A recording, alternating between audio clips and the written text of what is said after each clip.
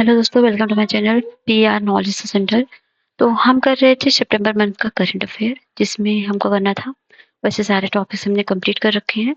बस ethics and schemes in news, press in news and personalities in news है। तो चलिए इसको हम कंप्लीट करते हैं। तो एथिक्स में क्या-क्या न्यूज़ है? तो जैसे कि करप्शन का है, चलिए देखते हैं। तो हाल ही में केंद्रीय सतर्कता आयोग ने अपनी 60वीं वार्षिक रिपोर्ट जारी की।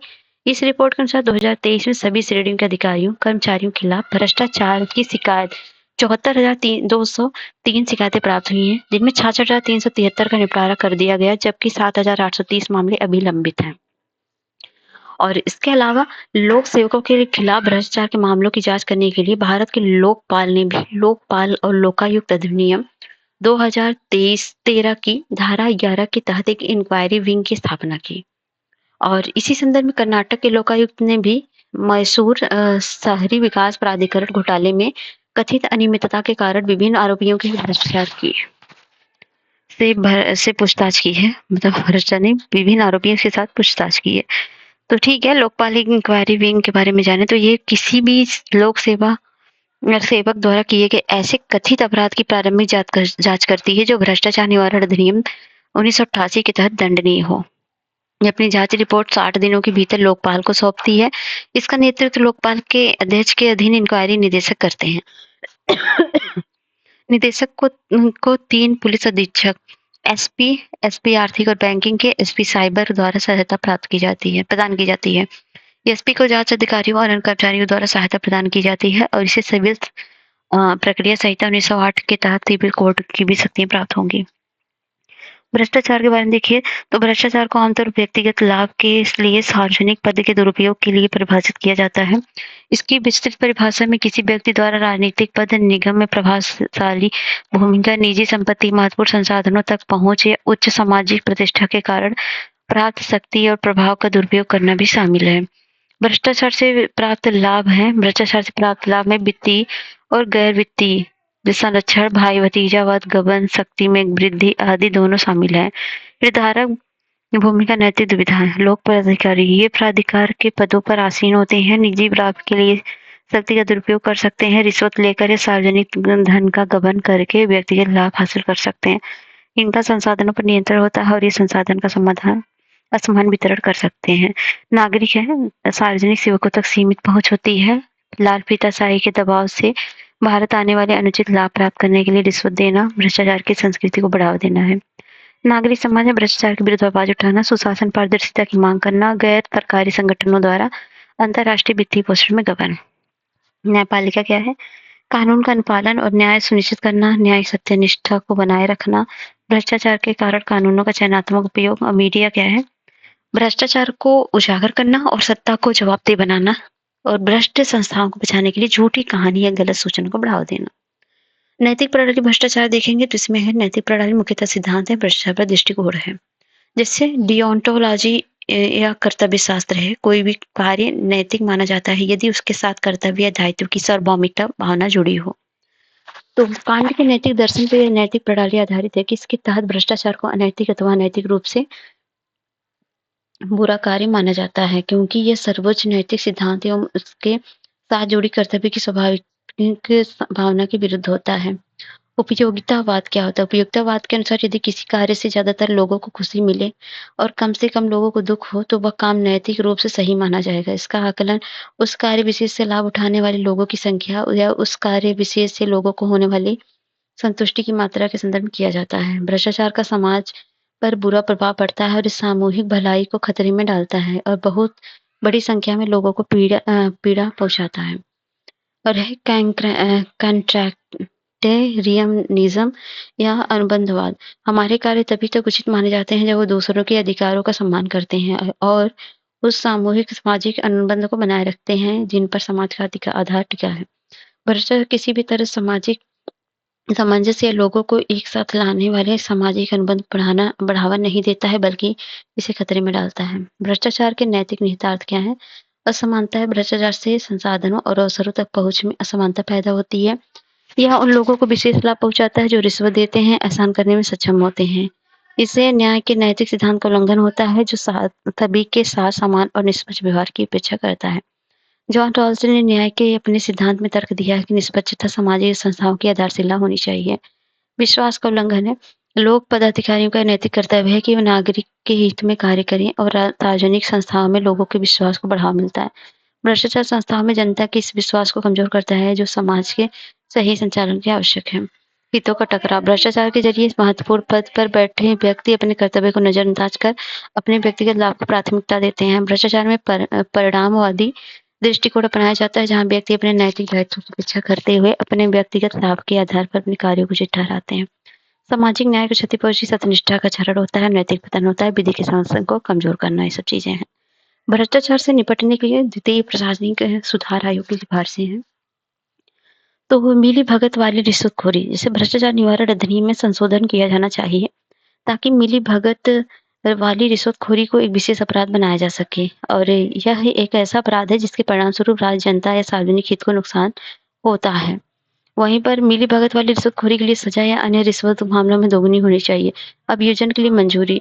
रंगे हाथों पकड़े गए या आय के ज्ञात स्रोतों से अधिक संपत्ति रखने के मामले में पकड़े गए लोक सेवक पर मुकदमा चलाने के लिए पूर्व मंजूरी की आवश्यकता नहीं होनी चाहिए। भ्रष्ट लोक सेवक को हर्जाना देने का दायित्व। कानून में यह प्रावधान होना चाहिए कि जो लोक सेवक अपने भ्रष्ट कृत्यों से राज्य या नागरिकों को नुकसान पहुंचाते हैं, उन्हें नुकसान की भरपाई करने के लिए उत्तरदायी बनाया जाएगा। इसके अलावा उन्हें हर्जाने के रूप में उत्तरदायी बनाया जाना चाहिए। मुकदमों में तेजी लाना। मुकदमों के विभिन्न चरणों के लिए समय सीमा तय करने वाली एक कानूनी प्रावधान शामिल किया जाना चाहिए। व्हिसल ब्लोअर्स को संरक्षण। झूठे दावे, धोखाधड़ी या भ्रष्टाचार को उजागर करने वाले व्हिसल ब्लोअर्स की निजता और गुमनामी सुनिश्चित करके उन्हें संरक्षण प्रदान किया जाना चाहिए। साथ ही उन्हें करियर में किसी भी प्रकार के भेदभाव की सुरक्षा भी प्रदान की जानी चाहिए। विधि निर्माताओं की मिली उन्मुक्ति। संविधान के अनुच्छेद 105 क्लॉज 2 में संशोधन किए जाने चाहिए ताकि संसद के सदस्यों को सदन कर्तव्यों से जुड़े मामले या बाहर के अन्य मामलों में किए गए किसी भी भ्रष्ट कार्य के लिए उन्मुक्ति न मिले। राज्य विधायिका के सदस्यों के संबंध में अनुच्छेद 194 क्लॉज 2 में इसी तरह के संशोधन किए जा सकते हैं। कौटिल्य के अर्थशास्त्र में भ्रष्टाचार से निपटने के सुझाए गए उपाय क्या हैं? इंफॉर्मेशन ऑर्गेनाइजेशन या सूचना संबंधी संगठन। शासन कला पर आधारित इस प्राचीन भारतीय ग्रंथ में इंफॉर्मेशन ऑर्गेनाइजेशन की अवधारणा का उल्लेख हो जो राजा के अपने प्रशासन में संभावित भ्रष्टाचार के बारे में जानकारी रखने के लिए महत्वपूर्ण साधन है। केंद्रीय सतर्कता आयोग, लोकपाल, लोकायुक्त जैसे संस्थान ऐसे इंफॉर्मेशन ऑर्गेनाइजेशन कहे जा सकते हैं। नियमित तबादले। सरकारी कर्मचारी का एक विभाग से दूसरे विभाग में एक निश्चित समयावधि के बाद तबादला किया जाना चाहिए ताकि उन्हें भ्रष्टाचार के अवसर न मिल सके। निगरानी। अधिकारियों की कार्यप्रणाली की नियमित रूप से निगरानी की जानी चाहिए। इसके लिए एक विशेष पर्यवेक्षक अधिकारी की नियुक्ति की जानी चाहिए। सार्वजनिक प्रकटीकरण। तो भ्रष्ट व्यक्ति और उनके अपराध को सार्वजनिक रूप से उजागर किया जाना चाहिए ताकि कोई अन्य व्यक्ति इस शर्मनाक कार्य में संलग्न ना हो। कठोर दंड है। कौटिल्य ने भ्रष्ट लोगों को भौतिक और शारीरिक दोनों तरह के कठोर दंड देने का सुझाव दिया है। उन्होंने यह भी सुझाव दिया कि भ्रष्टाचार के समर्थकों को भी इसी तरह की सजा दी जानी चाहिए। तो है निष्कर्ष। तो भ्रष्टाचार एक बड़ी चुनौती बना हुआ है जो शासन, सामाजिक न्याय और जनता के विश्वास को कमजोर कर रहा है। भ्रष्टाचार को कम करने और सुशासन को बढ़ावा देने के लिए पारदर्शिता, सत्यनिष्ठा, सार्वजनिक भागीदारी की संस्कृति को बढ़ावा देना महत्वपूर्ण है। ठीक है।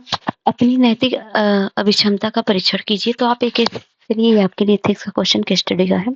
आप एक स्थित क्षेत्र में रहते हैं के जिला मजिस्ट्रेट हैं जहां एक प्रमुख बुनियादी ढांचा परियोजना कई वर्षों से लंबित है, मतलब वो परियोजनाएं रुकी हुई हैं। यह परियोजना क्षेत्र के विकास के लिए अति महत्वपूर्ण है और ये सार्वजनिक परिवहन में सुधार करके स्थानीय नागरिकों के जीवन को काफी हद तक बेहतर बनाने की क्षमता रखती है। हालांकि आपको पता चलता है कि इस देरी का कारण व्यापक भ्रष्टाचार है जिसमें लोक अधिकारियों और निजी ठेकेदारों की मिलीभगत शामिल है। ये हितधारक रिश्वतखोरी में लगे हुए हैं, परियोजना की लागत बढ़ा रहे हैं और परियोजना के लिए निर्धारित धन का गबन कर रहे हैं। जिला मजिस्ट्रेट के रूप में आपको निम्नलिखित चुनौतियों का सामना करना पड़ता है। आपके विभाग के कुछ वरिष्ठ अधिकारी, जैसे पहला क्या आपकी चुनौती है, आपके विभाग के कुछ वरिष्ठ अधिकारी भ्रष्टाचार में शामिल हैं और आपको डर है कि अगर आप कार्रवाई करते हैं तो आपको प्रतिशोधात्मक कार्रवाई का सामना करना पड़ेगा। दूसरा है नागरिक देरी से लगातार निराश हो रहे हैं और आप परियोजना को पूरा करने के लिए तत्काल कदम उठाने का आपको आपके ऊपर मतलब प्रेशर है। और तीसरा है व्हिसल ब्लोअर्स ने भ्रष्टाचार के सबूत पेश किए हैं लेकिन उन्हें उत्पीड़न और अपनी सुरक्षा को लेकर धमकियों का सामना करना पड़ रहा है। उपर्युक्त केस स्टडी के आधार पर निम्नलिखित प्रश्नों के आपको उत्तर देना है। दी गई स्थिति में आपके सामने कौन-कौन सी नैतिक दुविधाएँ हैं? भविष्य में भ्रष्टाचार की ऐसी घटनाओं को रोकने और सार्वजनिक परियोजनाओं में जवाबदेही को बढ़ावा देने के लिए लागू किए जा सकने वाले उपायों का सुझाव आपको देना है। ठीक है? अब नेक्स्ट क्या है न्यूज़? ये है सुर्खियों में जो है स्कीम्स इन न्यूज़। तो प्रधानमंत्री अन्नदाता आय संरक्षण अभियान। तो ये सुर्खियों क्यों है? क्योंकि हाल ही में केंद्रीय मंत्रिमंडल ने किसानों और उपभोक्ताओं को अधिक कुशलता से सेवा प्रदान करने के लिए मूल्य समर्थन योजना और मूल्य स्थिरीकरण कोष योजना पीएम आशा में कर दिया। ठीक है? तो उद्देश्य प्रमुख विशेषताएं किसानों को लाभकारी मूल्य प्रदान करना और उपभोक्ता के लिए आवश्यक वस्तुओं की कीमतों को उतार चढ़ाव को नियंत्रित करना। मंत्रालय कृषि और किसान कल्याण मंत्रालय योजना का प्रकार एक केंद्रीय क्षेत्र की एक योजना है। आवंटित निधि है 2025-26 तक 15वीं वित्त आयोग की अवधि के दौरान 35,000 करोड़ रुपए। पृष्ठभूमि एक अम्ब्रेला योजना है, इसे 2018 में लॉन्च किया गया था। ये केंद्रीय नोडल एजेंसी केंद्र सरकार की राष्ट्रीय कृषि सहकारी विपणन संघ लिमिटेड, राष्ट्रीय सहकारी उपभोक्ता संघ लिमिटेड के माध्यम मूल्य संवर्धन योजना के तहत एमएसपी पर खरीद करने के लिए नगद ऋण सुविधाएं देने हेतु ऋणदाता को बैंक को सरकारी गारंटी प्रदान करती घटक है।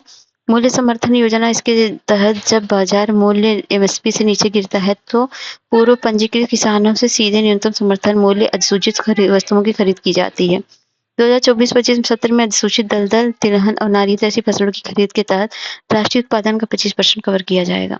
हालांकि 2025 में तुअर, उड़द और मसूर पर यह सीमा लागू नहीं होगी क्योंकि इन फसलों के लिए पहले ही 100% खरीद का निर्णय हो चुका है। ये संबंधित राज्य सरकार के अनुरोध पर लागू किया जाता है और ये सहमति देती है कि खरीदी गई दालों, तिलहनों और नारियल पर मंडी कर नहीं लगेगा। अपनी सहमति देने के बाद राज्य सरकार केंद्रीय नोडल एजेंसियों को लॉजिस्टिक्स सहायता प्रदान करती है। और है मूल्य स्थिरीकरण को देखेंगे तो यह योजना चिन्हित कृषि बागवानी उत्पादों की खरीद, भंडारण और वितरण के लिए कार्यशील पूंजी और आकस्मिक व्यय प्रदान करता है। उपभोक्ता मामलों के विभाग कीमतों के एमएसपी के अधिक होने पर नाफेड के ई समृद्धि पोर्टल और एनसीसीएफ के ई संयुक्त पोर्टल के माध्यम से पूर्व पंजीकृत जो है किसानों से बाजार मूल्य पर दालों की खरीद करता है। ये सब योजना के तहत अन्य फसलों जैसे टमाटर, भारत दाल, भारत आटा, भारत चावल की सब्सिडी युक्त खुदरा बिक्री मूल्य में हस्तक्षेप किया जाता है।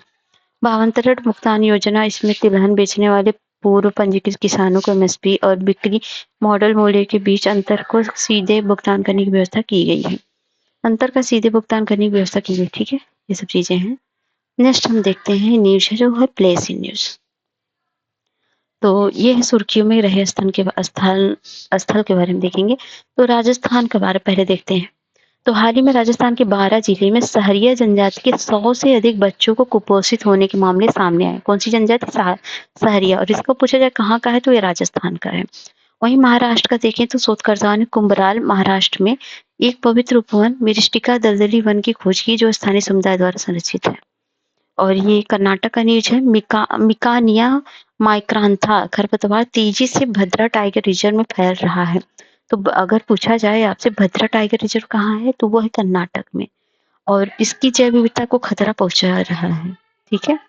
वहीं पर तमिलनाडु में सांप का विष निकालने और बेचने के लिए विश्व स्तर पर प्रसिद्ध तमिलनाडु के इरूला जनजाति को अनिश्चित भविष्य का सामना करना पड़ रहा है।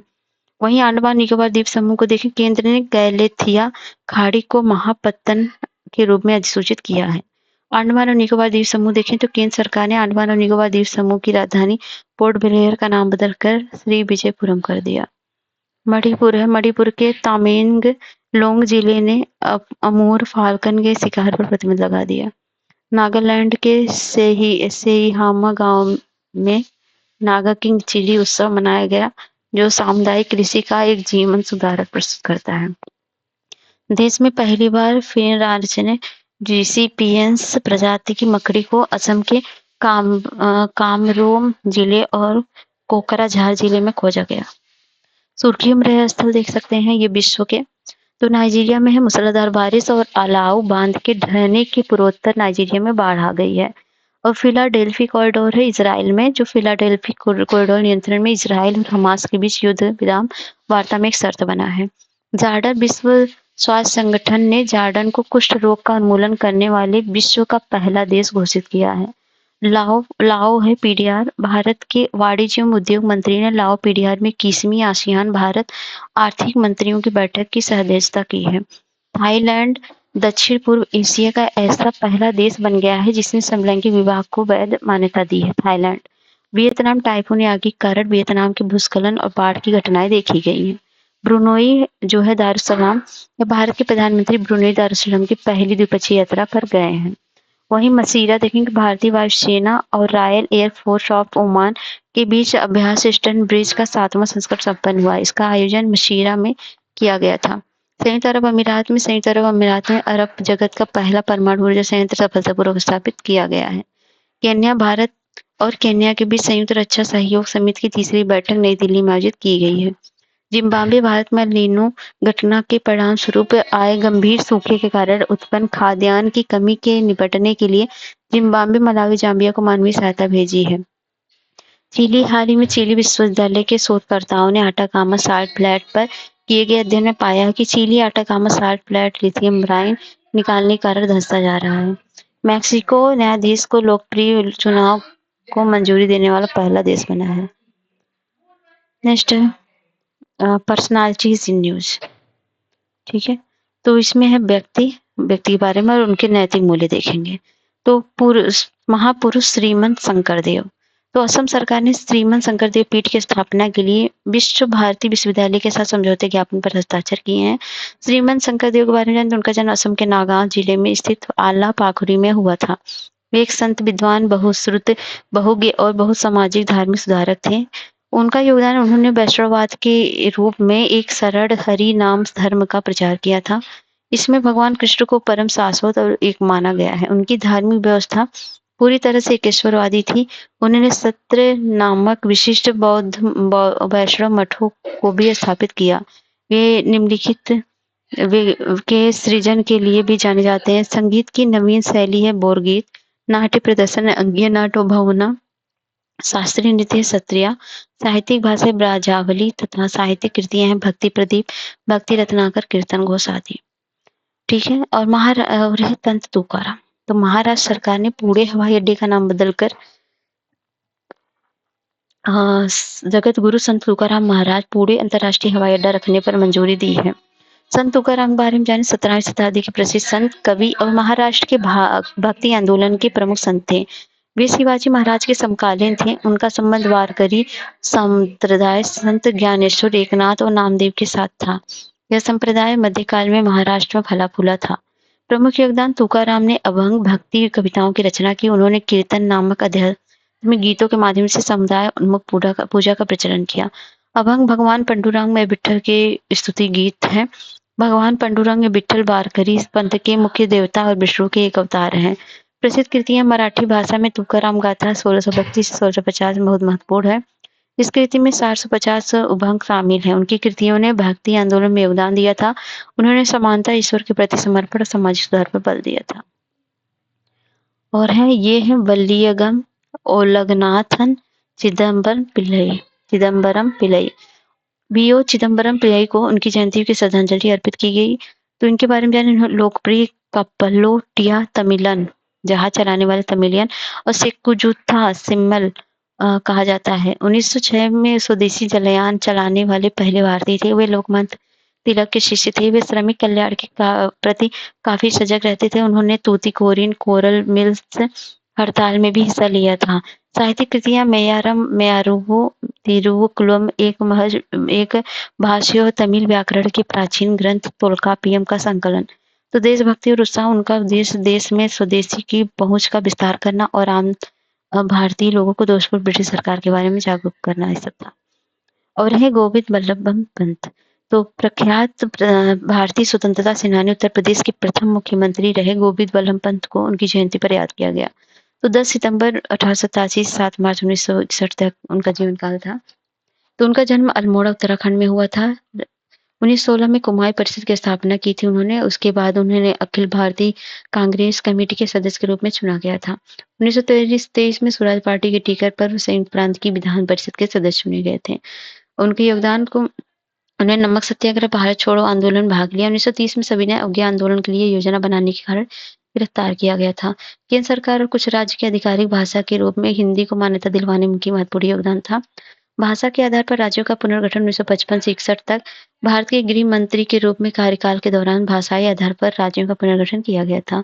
मुख्यमंत्री के रूप में योगदान वे जमींदारी प्रथा के विरोधी थे। उत्तर प्रदेश में हिंदू कोड बिल पारित करवाने में उनकी महत्वपूर्ण भूमिका थी। इस बिल ने हिंदू पुरुषों के लिए बहुविवाह पर रोक लगा दी। उपलब्धियां हैं 1957 में भारत रत्न प्रदान किया गया था। और ये है डॉक्टर सर्वपल्ली राधाकृष्णन। शिक्षक दिवस पर डॉक्टर सर्वपल्ली राधाकृष्णन की जयंती के उपलक्ष्य मनाया गया। डॉक्टर सर्वपल्ली राधाकृष्णन ने 1888 से 1975 17 अप्रैल 1975 के बारे में जानने का टाइम पीरियड है। तो ये एक प्रसिद्ध भारतीय दार्शनिक थे। इनका जन्म तमिलनाडु के तिरुतन्नी में हुआ था। ये भारत के पहले उपराष्ट्रपति 1952 से 1962 और दूसरे राष्ट्रपति 1962-67 तक थे और बने थे। और 5 सितंबर 1962 उनकी जयंती को राष्ट्रीय शिक्षक दिवस के रूप में मनाया जाता है। उन्होंने शिक्षा की नैतिक और नीतिपरक भूमिका पर जोर दिया और माना कि शिक्षक राष्ट्र की प्रगति का आधार है। उनके द्वारा लिखित पुस्तकें रविंद्र टैगोर का दर्शन, उपनिषदों का दर्शन पुरस्कार, भारत रत्न में जर्मन बुक ट्रेड में शांति पुरस्कार मिला। और है शरद चंद्र बोस। ये कौन है? तो शरद चंद्र बोस प्रख्यात स्वतंत्रता सेनानी शरद चंद्र बोस को उनकी 135वीं जयंती पर याद किया गया। तो इनका जन्म कटक उड़ीसा में हुआ था। बंगाल विधान परिषद के सदस्य, भारतीय राष्ट्रीय कांग्रेस के हिस्से थे। वे कलकत्ता नगर निगम में कई बार एल्डरमैन के रूप में चुने गए थे। 1930 में सविनय अवज्ञा आंदोलन में शामिल होने के कारण उन्होंने पेशेवर प्रैक्टिस छोड़ दी। उन्होंने आंदोलन में शामिल होने के कारण उन्हें 1932 में गिरफ्तार कर 3 साल के लिए जेल भेजा गया था। वे फॉरवर्ड ब्लॉक जैसे समाजवादी विचारधारा वाले दलों के साथ जुड़े थे और उल्लेखनीय फॉरवर्ड ब्लॉक की स्थापना उनके भाई नेताजी सुभाष चंद्र बोस ने की थी। और उन्होंने धार्मिक आधार पर बंगाल पंजाब के विभाजन को पुरजोर विरोध किया। उन्होंने 1947 में कांग्रेस कार्य समिति से इस्तीफा दे दिया था और उन्होंने द सोशल रिपब्लिक महाजाति और द नेशन जैसे समाचार पत्र प्रकाशित किए थे। और यह श्यामलाल गुप्त पार्षद। ये कौन है? तो प्रसिद्ध कवि और गीतकार श्यामलाल गुप्त पार्षद को उनकी जयंती पर याद किया गया। श्यामलाल गुप्त पार्षद ये 1896 से 1970 के तक थे। इनका जन्म कानपुर के नरवल में हुआ था। वे स्वतंत्रता सेनानी, कवि, गीतकार, पत्रकार, समाजसेवी, शिक्षक थे। 1924 देशभक्ति गीत जो था विजयी विश्व तिरंगा प्यारा की रचना की। उन्होंने नमक सत्याग्रह, भारत छोड़ो आंदोलन जैसे प्रमुख आंदोलन में भाग लिया। समाज सेवी उन्होंने कॉलेज, अनाथालय और बालिका स्कूल सहित कई संगठनों की स्थापना की। उन्होंने दहेज प्रथा का भी सक्रिय रूप से विरोध किया था और विधवाओं के पुनर्विवाह का समर्थन किया था। वे सचिव नामक मासिक पत्रिका का संपादन करते थे। उपलब्धियां हैं, सरकार ने उन्हें 1973 में पद्मश्री से सम्मानित किया था। ठीक है, तो ये रहा आपका पूरा का पूरा अप्रैल मंथ का करंट अफेयर। ठीक है, सॉरी अप्रैल नहीं, सितंबर मंथ का करंट अफेयर। तो वीडियो कैसा लगा बताइए जरूर। वीडियो पसंद आता है लाइक शेयर सब्सक्राइब करिएगा। मिलते हैं नेक्स्ट वीडियो में, तब तक के लिए जय हिंद जय भारत।